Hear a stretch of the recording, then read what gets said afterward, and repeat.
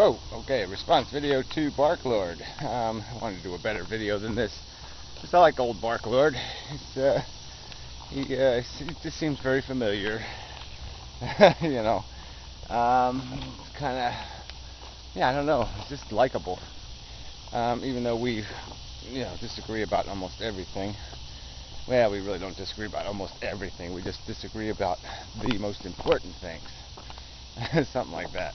Anyway, I did a video just basically, worrying that I'm under a little too much stress and I need to chill. Dude, I'm sort of arguing that, there is this way of approaching life, and it's, we can make it less hard on ourselves and take care of some of this suffering problem by just having a better attitude. And I really don't have anything against that. I mean, I don't have anything against people doing whatever they can, wrong words, doing simple things to make their life more livable. Yeah, fine, even fantasies and stuff, but just call them that, fantasies. If you want to believe that your consciousness will live forever, or that you're spiritually interesting, or whatever, fine, good. And but just don't say that's the truth. I mean, just don't argue for a common human perspective that is driven by that simplistic, ego-satisfying mush. And it's just this argument that we got to separate psychology from philosophy, and the only way your self-help humanistic stuff works is if people actually believe it. And that's a violation of the rules, in my opinion. I mean, because then people will start preaching it, and they'll start planting those seeds in other people's heads. And first, it's a lie, which is bad, and second, we need people to be acting in the world, and so all of this stuff might be very destructive to the power, to the cohesion we need people to get around in terms of this idea of doing something, fixing something. They have to be a little bit uncomfortable and irritated and irritable and all that negative stuff to do any positive stuff, as I see it. So, for me personally, I just don't see, you can't really undo it. I mean, it's one of those reveal the truth kind of thing. Once you've seen the guy behind the curtain, you're just not going to go for the flaming, shouting Oz thing anymore. It's just not going to, the jig is sort of up. And so I just can't see how you go back, or you go where you've never even been. Because, pretty much I've never been in any position where I said, oh, yes, I'm at one with the universe, and it all makes sense, and yeah, it's really cool, neato.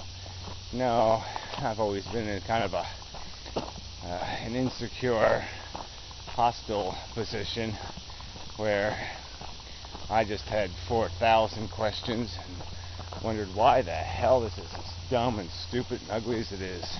Why doesn't somebody goddamn fix it? I mean, they're goddamn Martians, so why don't they do something about it?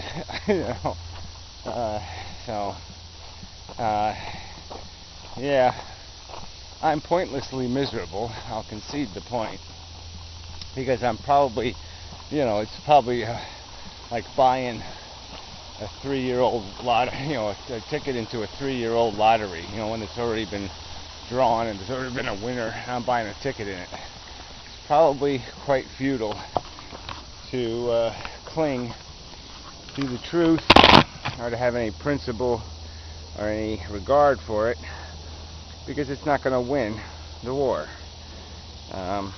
And that looks like that's just the truth. The truth is fucked. So yeah, I'm probably pointlessly and senselessly and wrongly, foolishly. I don't know if it's foolish. It's a tricky question. Just unproductively in the ultimate conclusion. You know, clinging to ideals that are dead. They just aren't going to be lived up to. And yeah, so my loss, so to speak. And it's just not a good thing, but I think I just can't let go of it. There's no way I can just say, oh, we're stuck. I have to do this over and over again. Ugh, this human thing, this living animal carnage thing. I have to be the victim and the, what's a good word? Pillager, the rapist, the taker. How come that isn't a good word? What's the opposite of victim? Perpetrator? That's no fucking good. We need a better word for perpetrators.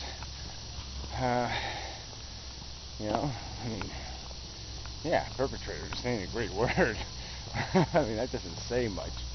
I mean, victim has some character to it.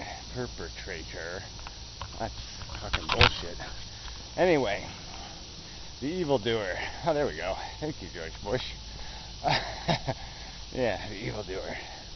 Alright, and so that's where we're destined, is a consciousness is going to be doing this evildoer victim thing in the future, because nobody wants to fix anything.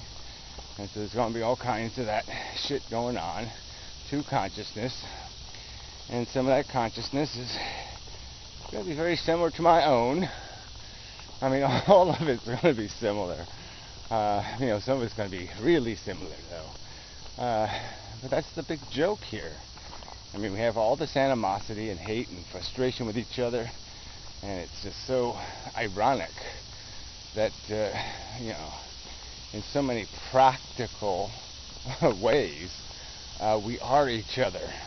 We're arguing with ourselves, quite literally. We're hurting ourselves. We're attacking ourselves. And that's discouraging, because we're apparently insane as a kind of whatever organism, life form, whatever. So, lament. Yeah, it's not much to say. But anyway, thank you for the, maybe there's ways to blah, blah, blah. Yeah, I mean, I think meditation and all that crap only really works if you have to have something, something to hold on to, some kind of hope. I just don't got it. I just can't be that dishonest with myself. So, it's a little hard to get the most out of that. I mean, I try to do what I can, where I can, to, make life tolerable. But, I'm not comfortable. That's fucking, yes, sir. And, I'm blighted by angst. Because I have a different perception than you of what's waiting out there for us. It just ain't good. So anyway, I suppose that's enough.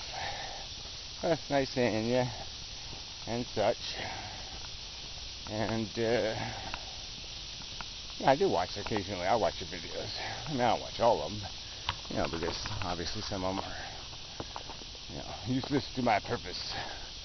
And whatever. Good seeing you. Blah blah blah. Blah blah blah. And such.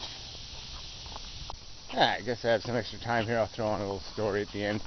It's kind of cold today for my shirt. Anyway, not even cold. The water was cold.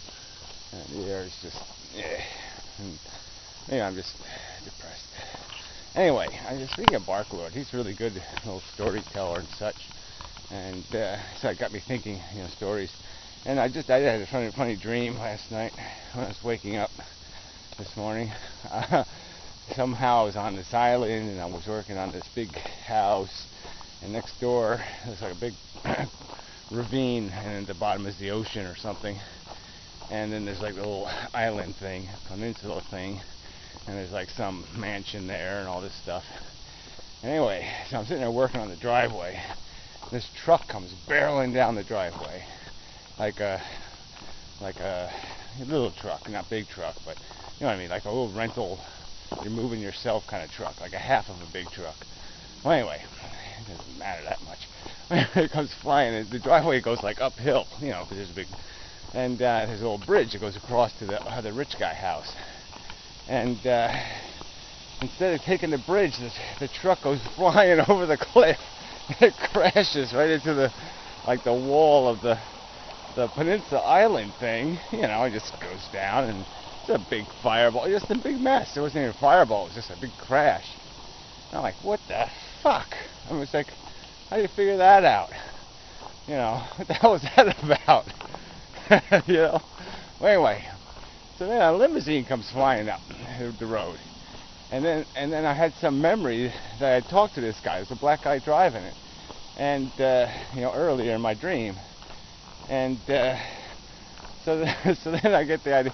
So he's going up towards the bridge, and somehow I know in my head now that this is like some sort of mafia thing, and like they're trying to attack the other mob. And so the limousine thing goes over the bridge, but it's way too big, and it barely can move. And so then the other mafia guys get in behind it, and they bazooka the guy. And so that was like really dumb. You're not gonna, crash in there with a limousine. And so then I figured out though that the first truck guy, he was supposed to be a bomb that never blew up. It's like somehow my dream knew all that stuff. Because I thought about it, and I said, wait a minute, that was supposed to be a truck bomb that would have completely blown everything up if it did what it was supposed to do. And so that it wasn't as stupid as it seemed, where the guy just flew over the cliff and crashed. He was supposed to be, suicide bombing or whatever. And so it's just kind of funny how, there's such an intricacy to these dreams. And then somehow I'm walking down the road, and there's like a hotel, like this resort area, but it's just rich people. And they're having like a class reunion for like the class 2 years before mine or some kind of bullshit like that. I was like, what the hell's that shit?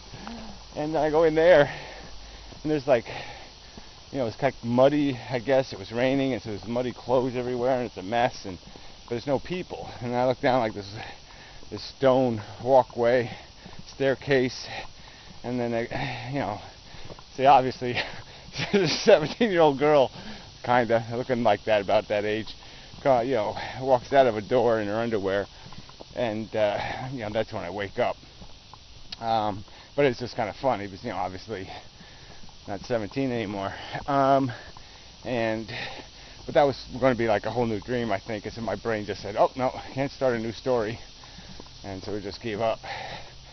But yeah, I mean, it is bizarre, the undercurrents that are in dreams, the backstories, and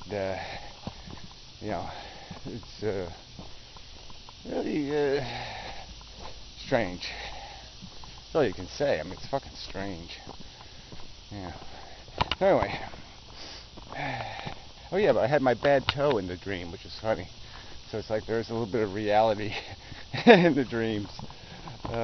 Anyway, allergy again. So till next time, blah blah blah, blah blah. But barklord tells good stories. Yeah, it makes him likable. But anyway, till next time.